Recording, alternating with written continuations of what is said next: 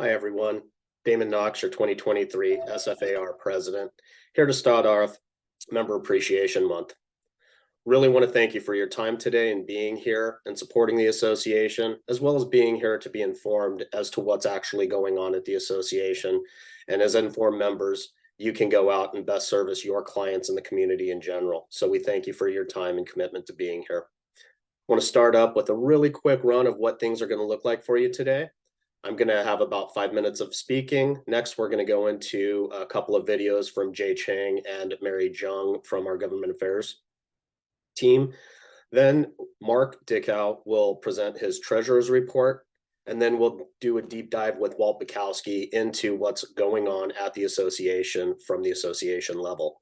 After that, we'll segue into the real meat of why I think most of us are here today, which is going to be the town hall discussion that will be moderated by Vanessa Gamp and have myself, J. Pepper Martins, and Hud Bixler as members. So want to thank you for that, and let's start with the content. First things first, I'm going to talk about a couple of things leading up to where we're at and what's been going on. Some of this stuff is known, some of this stuff isn't, but I think it's a very holistic approach to what's going on in the marketplace right now. I'm going to discuss interest rates for a quick second. Then we can talk about sales volume. We'll talk about the month of meetings that we have planned for you and all of the scheduled content that we plan to deliver. And then we're going to go over our 2024 leadership for you. This is all very, very important stuff, and I hope that you are going to stay tuned for the entire program. Again, the MLS Town Hall that we are putting on in about a half hour is going to be moderated by Vanessa Gamp. And again, J. Pepper Martins, Hud Bixler, and myself will be answering questions. A lot of questions were sent in previously. We thank you for those in advance. And we really want to answer the questions that you guys feel are hard hitting. So during the panel, please feel free to put questions in the chat box. We will go ahead and try to answer as many of them as we can live and in person. This is being recorded so that you know, so make sure that everything that you are discussing is related to the topics at hand, and we are not going off script and asking questions that are inappropriate or looking for gotcha questions. That would be 100% appreciated on our part. We're going to talk about some changes that have happened in the market. One of the biggest things that we've been talking about, and I know you all see on a daily basis, is the interest rates that are being paid for by our clients and consumers and how that's affected where we're going with inventory. What that ties directly to is the Fed rates. And this graph that you're looking at right now is a Fed rate list of the interest rates from 2000 to 2023. It's a pretty long history, but you got to understand the market and economic cycles that have been impacted by what's going on. When the rates were really high in 2001, you see the sharp decline. That was a dot-com bust, the first dot-com bust. After that, we're coming out of the recession. We see some gains. When the economy stops and the Great Recession starts again, we see this precipitous decline in that. Interest rates and the Fed tied interest rates on overnight lending to near zero for more than a decade, which is highly unusual and has never happened in the history of the Fed. This is a very, very stabilizing effect on where the housing market in San Francisco had been for the last 12 years, prior to the interest rate rises that they've been putting in effect over the last couple of years. Obviously, we see another dip when COVID started. And then we see with the slowing of the economy based on COVID and its effects, a sharp, sharp increase in rates. Jay's going to forward the slide to where we are and what's going on and how that's affected us. You can see from the last graph, and there will be an overlay in a second, where we've had sharp increases in the Fed overnight rate and the increase in consumer pricing rates, that we actually see direct correlations to where inventory is moving and not moving on the sales side. May 22, we had 1,961 units sold. By May 2023, from the beginning of the year, we only had 1,232 units sold. That's a 37% decline in inventory. As well as September 22, we had about 1,253 units sold through that point that year. And September of 2023, we've only got 950 units sold. This is residential only income, or in the month of. And these are just listings that are regular business that we normally do. Jay, next slide, please. This is the long range view, and you can see how the Fed effect has definitely hurt the market that we have right now. This is something that I think that you should all educate yourselves on. And it's something that I know that a lot of your managers are talking to you about and a lot of your clients are asking you about. This is a long range graph. You will be getting copies of this slideshow. And again, this is being recorded, so all of this information is available to you. All of this information was pulled out of InfoSparks and a quick Google search. So all of the information is readily available. Member Appreciation Month, we can see, sorry, Jay, next slide. Member Appreciation Month has gone online this year. We're starting with our virtual town hall. The next content that we're going to deliver to you starts at 1 o'clock today. It is a big picture market trend on the California foreign buyer opportunity. And this is being hosted by Matt Christofferson from the National Association of Realtors. If you have not signed up, you should. The next content that we're going to deliver in the next webinars are going to be Friday, October 6th.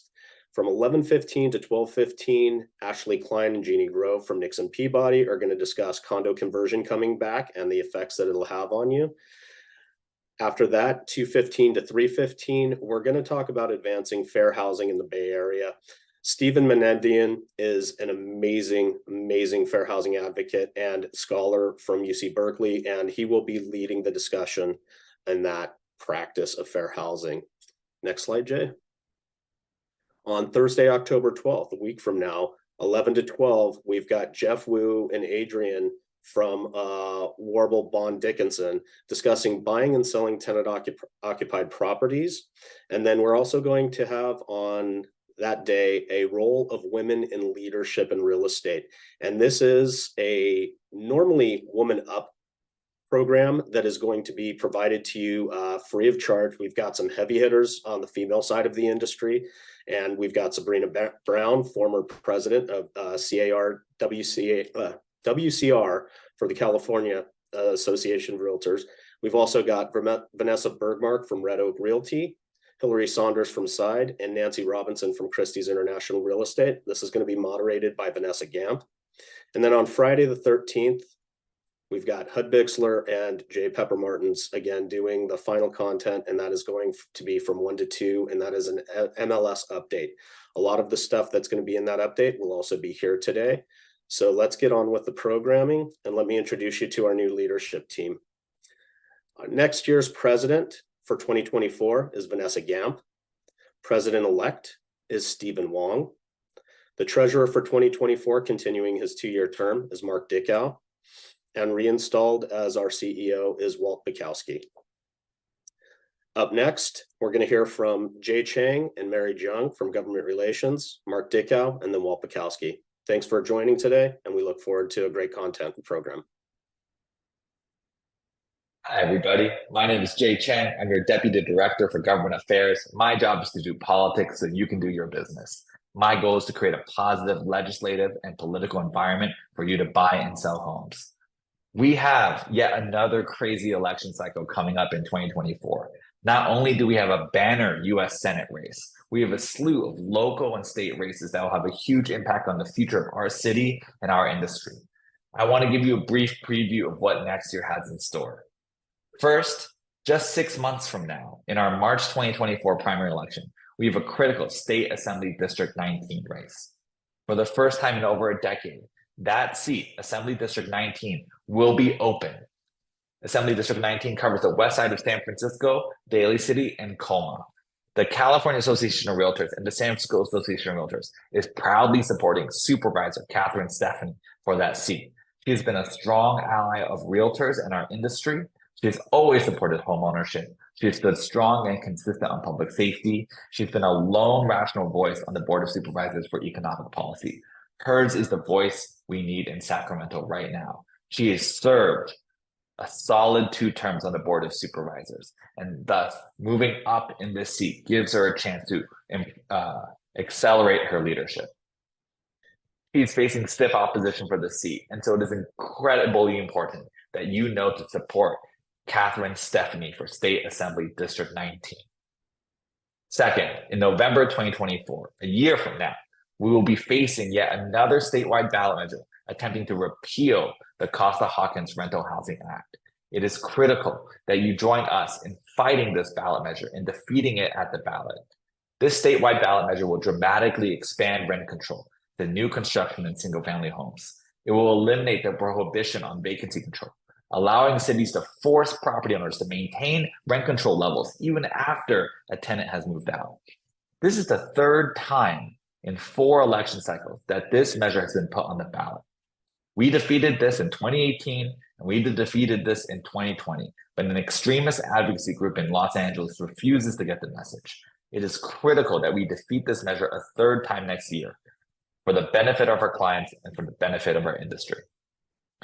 Finally, we will have a series of local races in San Francisco next year for supervisor and mayor.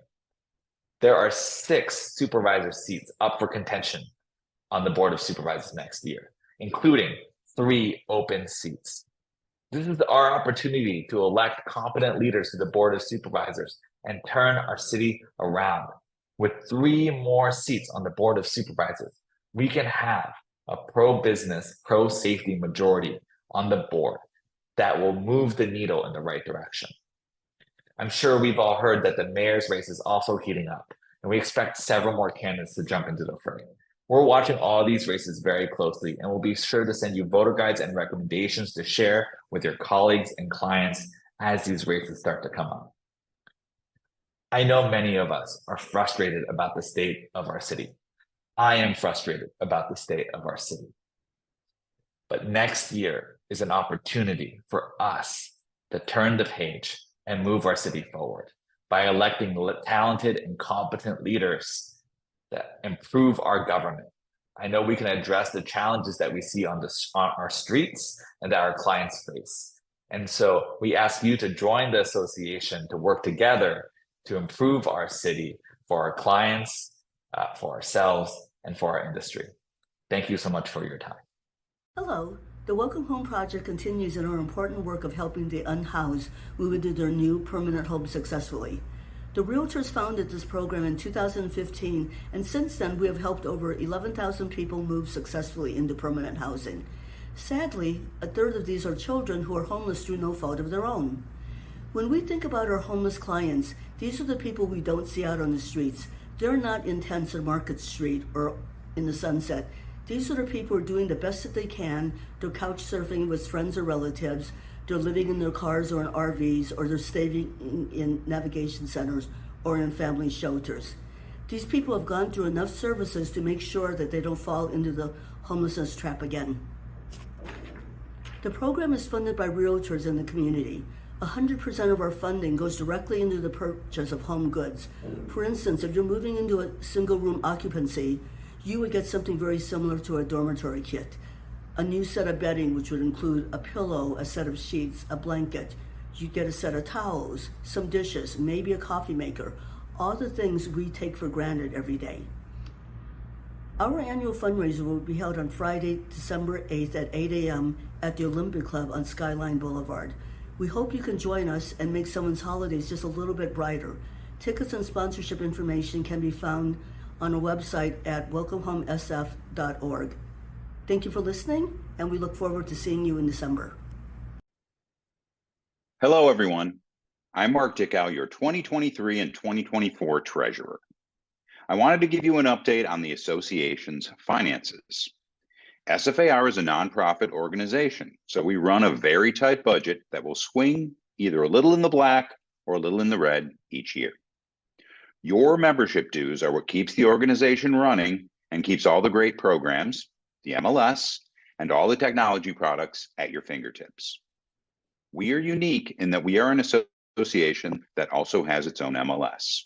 It means we can be on the forefront of technology and new ideas, and that all costs money. I have a couple of slides I'd like to share with you, so bear with me while I share my screen.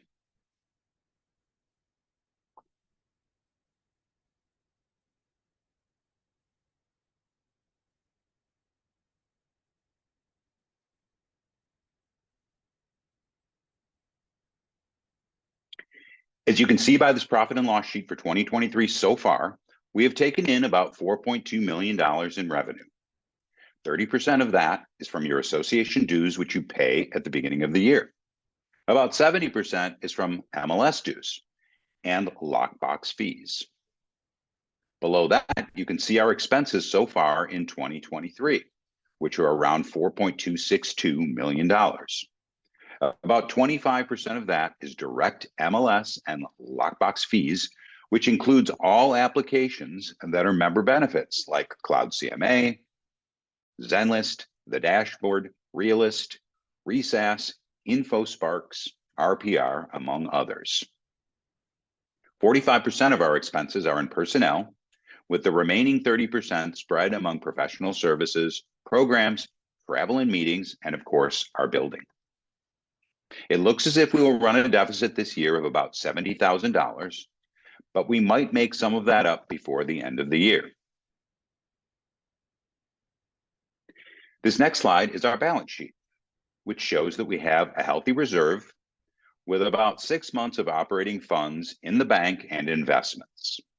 According to our accounting firm, that is very good for an association of our size, and they work with many associations all over the country. This last slide shows this year versus 2022. The first column shows that we were in the black in 2022 with a net profit of about $60,000. As I mentioned before, we are currently showing about a $70,000 loss for this year. But if we keep things on track, we will likely net a break even for the past 2 years. And as a nonprofit, that's about as good as it gets. As we begin the budgeting process for 2024, we are very clear on the fact that the market is presenting some challenges for all of us, especially with interest rates. Rest assured, we will budget with those factors in mind to keep our association healthy financially, as well as continuing to be on the cutting edge of technology. Thank you for your membership, your participation, and your time and attention. Well, good morning, team. Glad to see everybody online here today. If you'd have told me 5 years ago we'd be doing this kind of format where all of us are in different rooms and the host is in Canada, I would not have believed you would be able to do this. We're going to run through some of the things, this annual report. If you see me going over here, it's because that's where my screen is, over to my left. So we're going to go through a few things. We're going to talk about association numbers. We're going to talk about the paradigm shift that's happened and the effect that it's had on the association. We're also going to talk about some key events, and of course, that's one of those will be the MLS. So these are the items that we are going to be talking about, and we'll go over them and I'll kind of highlight them as we run through. Okay. So association numbers, 4,644 members, down about 5%. As Mark said, we are always looking at the budget. We anticipate there'll be another decline this next year. Active listings, you can see that down 18% from 2022, and new listings are down only 1%. So hopefully that means the market's coming back around some. We'll have to see, but that's just the numbers right from the MLS. You can see our members right now, 4,336. And that's just a chart we use for all the different membership codes. So, you know, when we had the problem with the computer systems, these are all the codes that we have to use and figure out and go back in and rebuild. So 305 MLS only, and we do anticipate a decline again next year, but we'll see where that does come out. You can see this past year, since 2015, this was the steepest decline that we've had in membership numbers. And I think through the pandemic, who knows how all that was going to pan out. We were unclear. Of course, it came out much better for us. But you see, we had a large decline, and you can see that every year we have a decline at the beginning of the year when dues first come out and people deciding that they don't want to retain membership. So there's always decline. This year was larger, and we do anticipate it being a little higher, but not up to the levels that we had in the past several years. That's just due to the market, as Damon spoke about a little earlier. Good, Jay. So our focuses, I'm not sure exactly how that's said. Our focuses for the next year, and you saw what Mark was talking about, we're going to be looking at reducing costs at all levels. We're going to be looking at everything we can. We're obviously in contract negotiations with several different vendors right now, and we've been out marketing on some of our services. We bring in a lot of additional revenue through other services that we sell, that we provide. We plan for the worst, work toward the best, always. So you got to plan for the worst and see what happens, and see what's going to come. And obviously, we had a worst come up this past month. We're going to increase our ongoing education and training through SFAR. And one of the questions I'm going to be asking you later, and I need this from you all, you need to tell us where you'd like the classes, what type of programs you want to see, and the format that you want to see them in. We're going to be staying focused on making improvements in MLS and technology. I think that we'll all agree that when MLS started, when I started in the business years ago, there wasn't all these different vendors. You got an MLS service and they provided everything. Well, now we have a situation where we have a multitude of different vendors out there. Who's the best? Who's the new one? And of course, we always have everybody looking at this, going at the next bright shining object, or HUD will say squirrel, and also we're all looking at something different. So we got to keep looking at it. And now the other thing we want to do is increasing our communication levels and channels. We're going to talk about that a little bit. I'll show you some of the things that we've done with the communications, how we are doing it. But again, you'll see a question later on. We need you to tell us, how do you want it? How would you like the communication to come from us? I had several people that called me and said, well, I'm not getting anything. And I found out that they had deleted all communications from SFAR. So it's important that we continue doing that. Next slide. No, not eliminating all communications, but you continue receiving them. Next slide, Dave. So Joel Barker wrote a book years ago called Paradigm Shift. Paradigm is the way things are. When a paradigm shifts, everything resets back to zero, meaning the whole way we're doing it. Now, I can't think of a bigger paradigm shift in my lifetime than the pandemic. The city shut down, all businesses shut down, restaurants shut down. I mean, it was travel, football, everything shut down. We'd never seen that before. When that happens, everything shifts to zero and you start from a new basis. So the shift for us is why go virtual, SFAR social, and then your input. Now, the key here is that, we used to do all these live events, and we started realizing, and what really showed with the pandemic was, one, that that people used to like to come to live events. You can look at MAD in 2019 in person, 461. 2020 virtual was 213. Didn't even do it last year. This year there was only 189 people, or last year, 2022, it was 189 people that came to MAD, and this year we only had 35 people sign up. So there's a couple different things to look at here. One, it takes an hour to drive to the city. It takes $40 to park. I have to take my entire day out for an hour class because I can't even get back to my place after. It takes me like 4 hours to even go to a program. Now with Zoom and all the other technology, we're finding you can take the courses, classes, where you want them, when you want them, as long as we're providing them there for you. So our whole goal is to do a shift. So you can see in the past, since 2020, 4,800 people attended online programs, 5,200 the following year, and that trend is continuing. We expect over 4,600 this year to attend. Now, that doesn't mean we're going to stop all live events. We have 2 great live events coming up, and you should plan on attending it'll be our first ever luncheon for a installation this year, which is going to be tremendous. I won't even tell you all the details of that.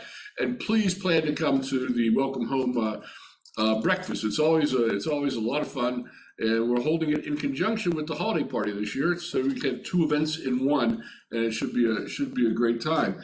But paradigm shift, everything goes back to zero. So what do? We have to figure out how to focus, how to reset the organization. And what we've done is by providing online webinars, classes where you want them, but you can take them at your leisure. Okay, Jay.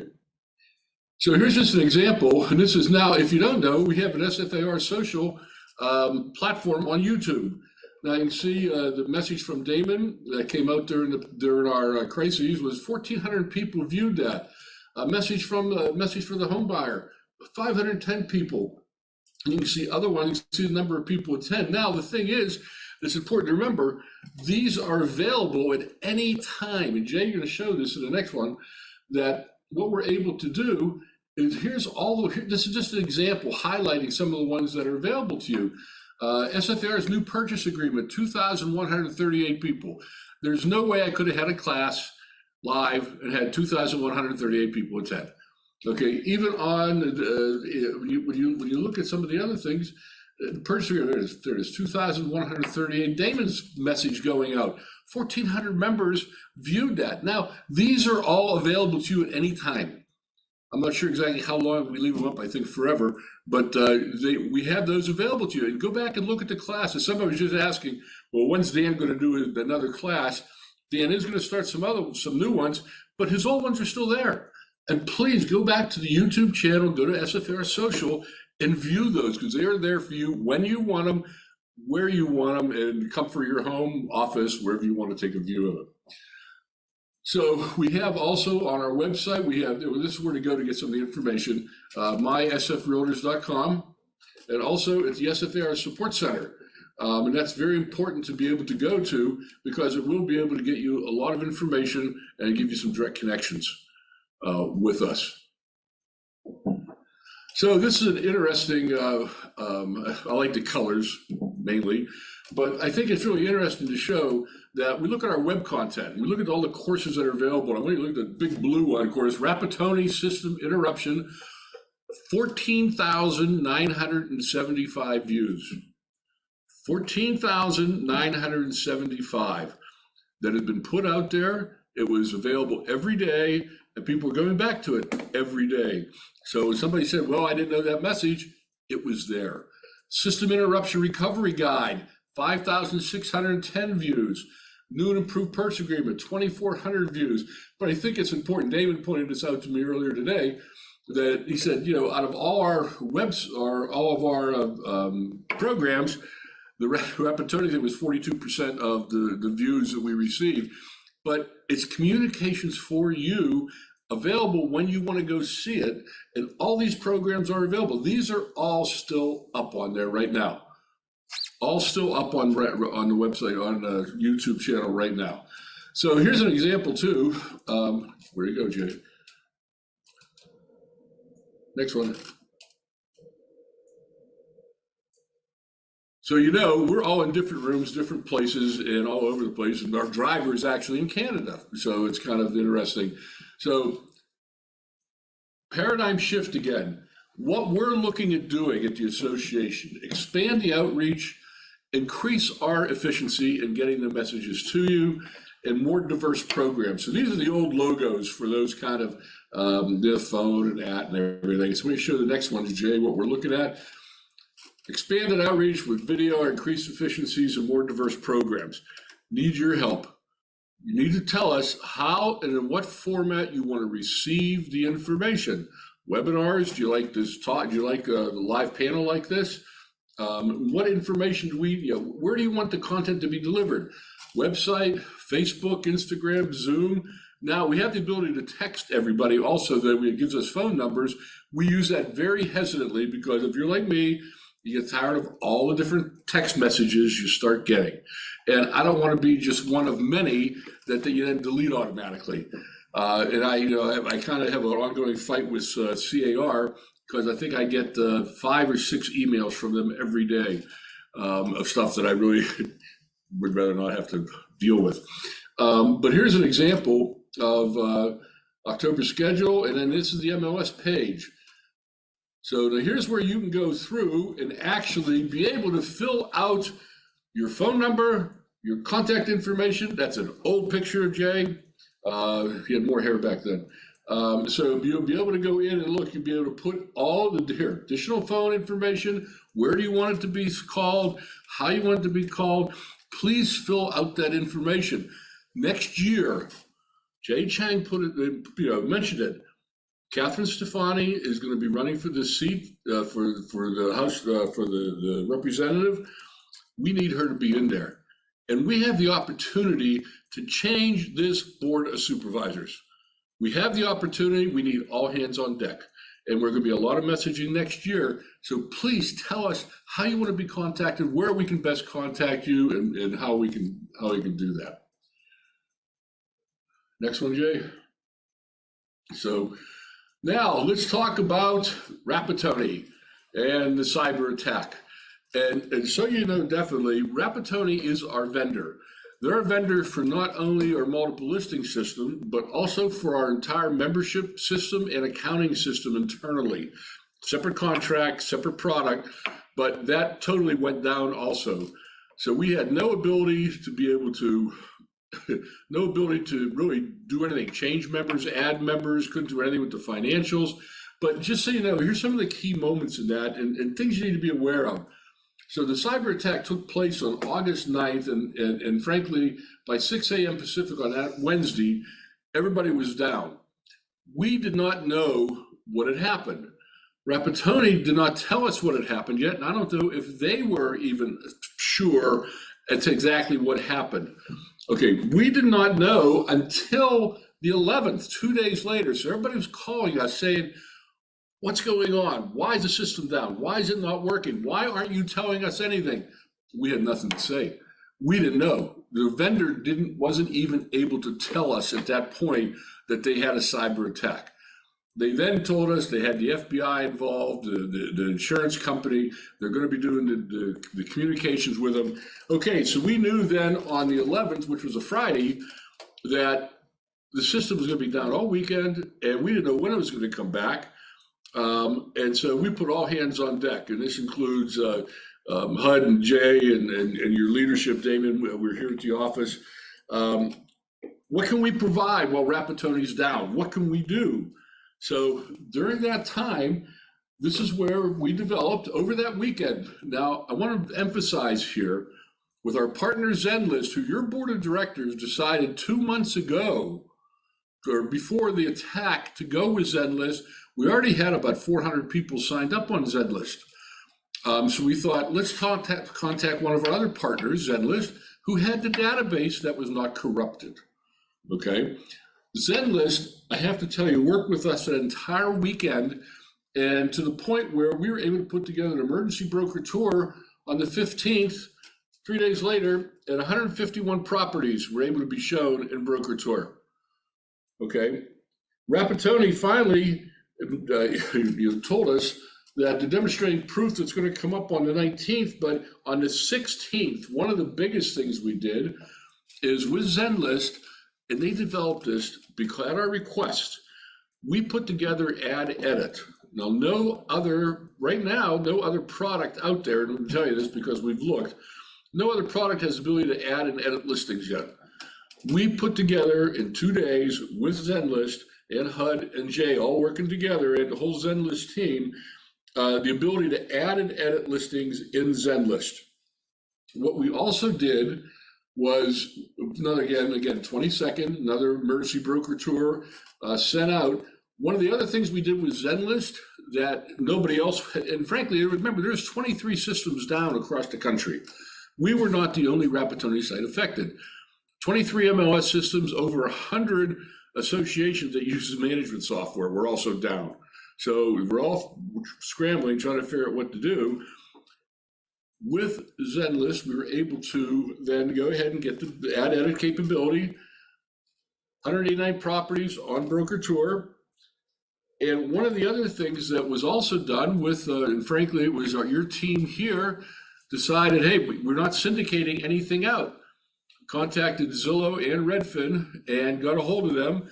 They were able to take a data feed from us. Other vendors told us flat out, well, we can't do it. We can't handle that. Zillow and Redfin were able to take a data feed, and your listings that we put in through ZenList started syndicating. So that was all while the main system was down. We put this together. Now, what it also showed us is there needs to be redundancy. We need to have something else in the system. So, Jay, why don't you go? Okay, so then the system came back up August 23rd, and Rapatoni demonstrated proof that they could complete the plan. Key steps were put in relaunching the service. I have to tell you that RPR, the Realtors Property Resource, that if you don't use RPR, you should get in there and use it. You need to look at it. RPR helped us out because 40 terabytes of data of photos were all corrupted in the Rapatoni system. So we were able to use RPR and help rebuild that. Next slide, Jay. So $24,000 in staff hours overtime on nights and weekends, 200 plus hours between all your leadership, volunteers, and senior staff. Zenlist, 614 members working 7 a.m. to 7 p.m. and on weekends to make this happen. I also want to point out that these 14 days downtime, although it was awful and really put a hamper on everybody's business, Rapatoni's downtime was only less than 1% over the past 13 years. So their downtime has been, or their uptime has been 99%. So let's not lose sight of that fact. So here's just an example though, but total listings managed, successfully managed through the Zenlist app of us creating 700, market value 1.1 billion, 2 broker tours put out, ongoing. We onboarded 500 new agents also during this time. So not only was Zenlist working hard to make these changes for us, we added 500 new people. Additionally, Marin County Barriers, which was also down, they went ahead with Zenlist after talking with us. They added 800 people at the same time. So Zenlist was really working hard. And we handled, your staff here handled 171, or 171%? 171, well, a lot of tickets. I'm telling you, it was all hands on deck answering. And tickets are our system for being able to track how many calls and things we're getting. Next. Okay, so let's talk about 2 things real quick. Told you what we were going to talk about. We went over the numbers. I told you we need your help on being able to get more information on where you want things, what programs you want. And I gave you a brief overview of what happened with the cyber attack. And it also should be noted that when they did get the keys, or when the FBI gave the keys from the crooks or the cyber attackers, they didn't work. So Rapatoni rebuilt this entire system in that time and got us back up and running. I'd like to thank you all. Up next is going to be Vanessa moderating the panel with Jay, HUD, and Damon. So I'm going to sit down and let you throw your tough questions at them. Thank you all.